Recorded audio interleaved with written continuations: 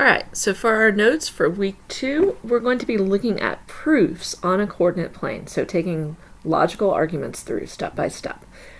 The first example we're looking at is proving whether a triangle is a right triangle or not. So there's an example given up here where two students decided to prove it was a right triangle, but they used two different methods.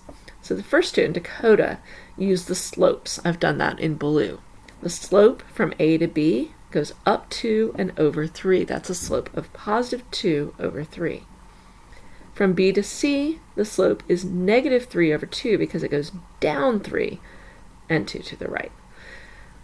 These are opposite reciprocals, meaning this is positive, this is negative, so one of each. And the numbers have switched places. 2 is on top here, on bottom here. 3 is on bottom, 3 is on top. So they are opposite reciprocals. Now in the book it talks about the slope of AB times the slope of BC equaling -1. That's just what happens when you have opposite reciprocals.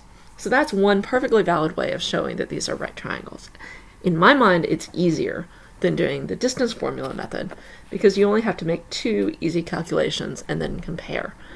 Whereas the distance formula, you have to find the length of all 3 sides. But it's perfectly valid. If you use the distance formula, going from A to B, it goes up 2 and over 3.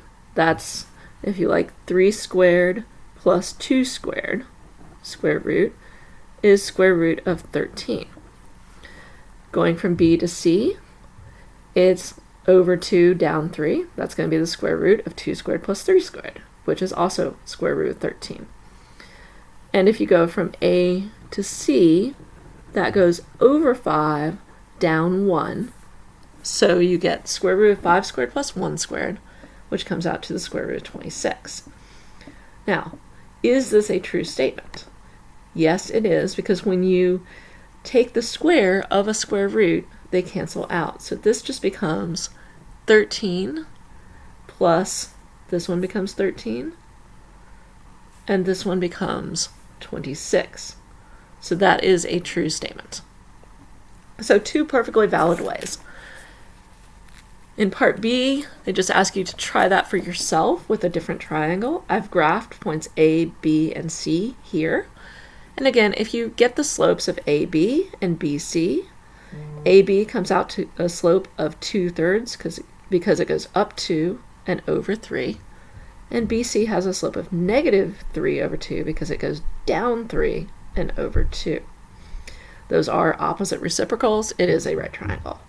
Or you can again go through the distance formula, finding the length of AB, length of BC, length of AC, and then we get the exact same equation that we got before. So those are perpendicular to each other. This is a right triangle because it meets Pythagorean theorem. All right, for our next video, we're just going to review quadrilaterals. So as a warm-up going into that, let's just review what these things are. So these markings are arrows, and they mean that those sides are parallel. So number 1 is simply, we don't have any information about the angles. We don't have any information about whether any sides are congruent. So all we can say about this one is that it is a parallelogram. If we had more information, we might be able to say it's a particular type of parallelogram, like a rectangle or a rhombus, but we can't. On number 2, though, we know that all 4 sides are congruent. When all 4 sides of a quadrilateral are congruent, it is called a rhombus. Now, it is also a parallelogram.